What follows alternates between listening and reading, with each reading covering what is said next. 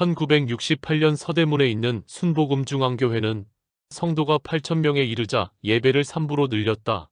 그래도 기존 성전으로는 이들이 모두 예배를 드릴 수 없어 주차장 마당에 비닐을 깔고 스피커를 통해 설교를 들으며 예배를 드려야 했다. 그러던 어느 날 아침 조용기 목사가 교회에 출근해서 기도하는데 주의 음성이 그의 마음 가운데 들려왔다. 이곳을 떠나 1만 명이 들어갈 수 있는 성전을 지어라. 그곳에서 너는 500명의 선교사를 파송하게 될 것이다.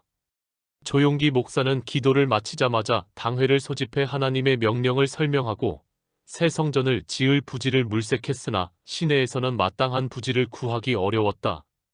터가 너무 작거나 마음에 들면 값이 너무 비쌌다. 그때 재직 중에 한 사람이 여의도를 추천했다. 그 소식을 들은 600여 명의 장로와 집사들은 거의 모두가 반대하고 나섰다. 교회 재정이라곤 단돈 100만 원뿐이기도 했지만 그 당시만 해도 여의도는 비행장으로 사용하던 허허벌판의 모래섬이었다. 여의도로 건너가는 다리도 단 하나뿐이었고 버스도 다니지 않아 교통이 매우 불편했다. 단지 공군들을 위해 설치된 전기와 수도시설밖에 없었다. 현실적으로 그 모래벌판에 누가 찾아갈지도 걱정스러웠다. 그러나 조용기 목사는 미래에 대한 원대한 꿈을 가지고 있었고 그보다도 예수님의 명령이었기에 순종하고 따라야 할 일이었다. 이 무렵 뉴욕 맨해튼 섬을 본떠 여의도를 개발하고 있던 서울시는 여의도에 국회의사당을 새로 짓고 그 앞에 종교 건물을 허가하기로 기본 계획을 세워놓고 있었다. 그런데 며칠 후 권사 한 사람이 조용기 목사를 찾아와서 이런 말을 하였다. 실은 제 아들이 지금 서울시 부시장을 하고 있는 차일석입니다. 아들에게 교회 이전 문제를 이야기했더니 마침 서울시에서 좋은 융자로 분양하고 있다고 해서 말씀드리러 왔습니다. 이를 계기로 조용기 목사는 차일석 부시장의 도움으로 김현옥 시장을 만나 여의도에 부지 5,000평을 융자로 확보할 수 있었다. 뉴욕 대학교 유학 시절 도시행정학을 전공한 차일석 부시장은 의욕적으로 여의도 개발을 총지휘하고 있었다. 조용기 목사는 교회 이전 문제로 하나님께 계속해서 기도했다. 그러자 그의 마음 가운데 하나님의 음성이 들렸다. 너의 가진 모든 것을 먼저 드려라. 하나님, 저는 돈이 없어요. 내가 살고 있는 집을 건축 헌금으로 드려라. 하나님, 그 집은 결혼하면서 제 평생에 태어나서 처음으로 산 집입니다. 그런데 이제 와서 어떻게 아내에게 그 집을 달라고 말합니까? 그때 조용기 목사의 마음에 또다시 하나님의 음성이 들려왔다. 너희가 먼저 모든 것을 드리지 않으면 기적은 일어나지 않는다. 그날 저녁 조용기 목사는 일찍 퇴근해서 아내에게 조심스럽게 입을 열었다. 교회를 새로 건축하려고 하는데 하나님께서 나에게 먼저 믿음의 씨앗을 심으라고 말씀하시는군요. 그래서 말인데 당신의 도움이 필요해요. 우리가 이 집을 팔아서 건축 헌금으로 하나님께 드립시다. 다음 날 아침 조용기 목사가 집을 나서는데 김성혜가 그에게 다가와 조용히 집문서를 내밀었다. 집문서를 받아든 조용기 목사는 교회로 오자마자 하나님의 제단에 자신의 집문서를 내려놓고 기도하기 시작했다. 하나님, 제가 가진 모든 것을 주님 앞에 드립니다. 이제는 살든지 죽든지 흥하든지 망하든지 주님께서 모든 일들을 인도해 주십시오. 그날 오후 조용기 목사는 여의도 백사장을 분양받기 위해 김현옥 서울시장을 찾아갔다. 조용기 목사는 3만 평을 주겠다는 김 서울시장의 말에 깜짝 놀라서 말을 잇지 못했다. 그러자 김 시장은 3만 평이 적으면 10만 평까지는 줄 수 있다고 했다. 조용기 목사는 3,000평이면 충분하다고 하며 현금이 없으니 어음으로 지불하고 나중에 천천히 갚겠다고 했다. 그랬더니 김현옥 시장은 웃으면서 나중에 공사 끝나고 천천히 갚으라고 했다. 드디어 1969년 4월 6일 조용기 목사와 순복음중앙교회 성도들이 참석한 가운데 여의도의 새 성전 착공 예배를 거행하였다. 동양 최대의 dom식 메머드 교회가 착공되는 날 여의도의 신축 공사장 앞에서 열린 착공 예배에서는 조용기 목사, 최자실 전도사와 존 허스턴 목사가 성도들이 모인 가운데 미래의 부푼 꿈을 안고 감격적인 첫 삽을 뜨게 되었다. 그러나 공사를 시작한 지 얼마 되지도 않아서 열악한 재정 상태 때문에 성전 공사가 큰 난관에 부딪히고 말았다. 당시 교회 재정은 불과 100만 원뿐이었는데 공사비는 자그마치 10억 원의 거금이었다. 게다가 착공 예배 직후 제2차 석유 파동이 발생하여 전 세계적인 불황이 찾아왔다. 국내에서는 하루아침에 원화 가치가 폭락하면서 물가가 치솟아 건축자재 가격이 폭등하고 심각한 경기 침체로 성도들이 실직함으로 헌금이 대폭 줄어들었다. 은행융자가 축소된 것은 물론 대출이 거의 불가능해졌다. 그런데다 건축 기술상의 문제까지 겹쳐 성전 건축이 완전히 중단되고 말았다. 또한 착공 직후 건축 자금에 조금이라도 도움이 될까 해서 성전 옆에 지은 순복음 아파트 현 초원 아파트까지 분양이 극히 저조해 어려움이 가중되었다. 어느 누구도 석유를 난방 연료로 사용하는 아파트에는 들어오려고 하지 않았다. 상황이 이렇게 되자 조용기 목사는 공사대금을 제때 지불하지 못했고 건설회사는 아파트 공사는 물론 교회 건축도 중단하였다. 조용기 목사는 가족들을 데리고 아직 공사가 마무리되지 않은 아파트 701호로 이사를 했다. 그는 매일같이 눈만 뜨면 돈을 빌리기 위해 은행으로 향했지만 늘 아무런 소득 없이 들어와야만 했고 일꾼들은 인건비 안 준다고 아우성이었다. 조용기 목사는 극도로 예민해져서 임신 중인 아내와 크게 다투기까지 했다.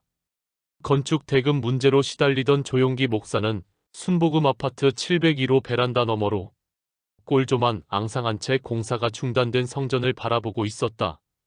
그 모습이 마치 모든 것을 잃고 아무런 희망도 남지 않은 자기 자신처럼 느껴졌다. 조용기 목사는 그 순간 창문을 열고 뛰어내리고 싶은 충동을 느꼈다고 한다. 조용기 목사는 매일 새벽마다 공사가 중단된 성전 안으로 들어와 철골을 붙잡고 하염없이 흐느끼며 하나님께 기도를 드렸다. 어느 날은 성전에 녹슨 쇠기둥을 붙들고 주님, 차라리 이 교회가 내 머리 위에 무너지게 해주시옵소서 하며 부르짖었다.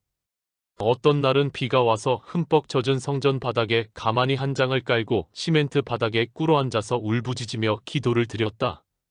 그러던 어느 날 새벽 기도에 참석한 80세 정도 되는 할머니가 할 말이 있다며 조용기 목사에게 마이크를 잠시 빌려달라고 했다. 난 동에서 주는 구제금으로 먹고 사는 가난한 노인네요. 여러분, 이러다 우리 목사님 죽어요. 밤낮 우리가 이곳에 모여서 기도만 하면 뭐합니까?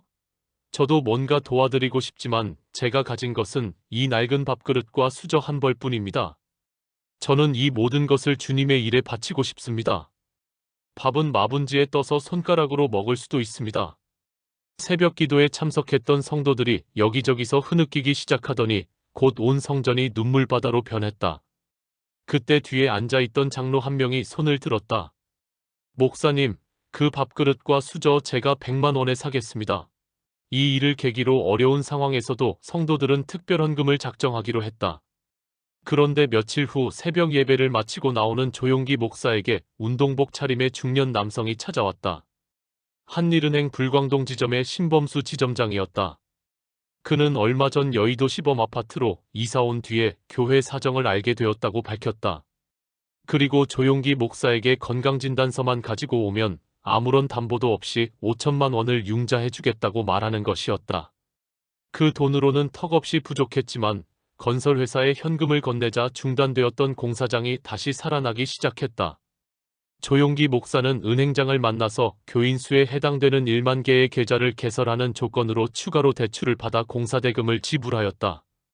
그러자 순복음 아파트에도 603, 605호를 터서 최자실 전도사가 이사왔고 508호에는 조두천 장로가 이사를 들어온 데다 602호에는 조용목 전도사가 부산에서 사업을 접고 올라와서 살게 되었다. 열심히 있는 성도들도 입주하기 시작했다. 분양 평수 26평 실평수 19평의 성도들이 집을 팔아 순복음 아파트로 이사하였다. 이런 가운데 1972년 1월 초 재직 총회에서 민족재단인 여의도 성전을 완공하고 세계 오순절 대회를 맞아 조국의 구원과 세계복음화를 위해 성전 완공에 최후의 헌신을 할 것을 만장일치로 결의했다. 이때 재직은 2년 적금으로 최소 10만 원 이상, 일반 성도들은 2년 적금으로 5만 원 이상 매달 1,850원을 작정했다. 아울러 믿음의 장로들을 비롯한 재직들이 한마음으로 뭉쳐 발 벗고 나섰다. 특히 교회 살리기 운동이 성도들 사이에서 자발적으로 일어나 매일 저녁 수백 명의 성도들이 살을 애는 듯한 추위와 싸우며 지하실 바닥에 엎드려 간절히 금식 기도를 드렸다. 시간이 갈수록 성도들의 교회 살리기 운동이 가속화되었다. 어떤 성도는 폐물을 팔아 건축 헌금을 드렸고, 어느 성도는 집을 팔아 순복음 아파트에 입주하면서 차액을 헌금하기도 했다. 이렇게 성도들이 드린 건축 헌금으로 여의도 성전 신축 공사가 점차 활기를 띠기 시작하자 순복음 중앙교회는 1971년 10월 11일부터 16일까지 여의도 성전 옆 광장에서 민족재단 신축기념 대성회를 개최했다. 이때 조용기 목사는 매일 저녁 7시부터, 최자실 전도사는 매일 새벽 5시부터 각각 성회를 인도했다. 쌀쌀한 가을철, 새벽과 밤의 성회가 연속되었지만 성도들은 오직 믿음과 헌신으로 대성회를 마무리 지었다. 1971년 12월 16일 신축 성전에서 드려진 민족재단 신축 상냥 기념 예배에서 조용기 목사는 성령 안에서 하나님이 거하실 처소라는 주제로 설교를 했다. 조용기 목사와 전 성도들의 기도와 불퇴진의 믿음으로 건축 공사는 조금씩 진행되었다. 마침내 1973년 8월 19일 첫 주일 설교를 시작으로 조용기 목사는 여의도 시대를 열었다.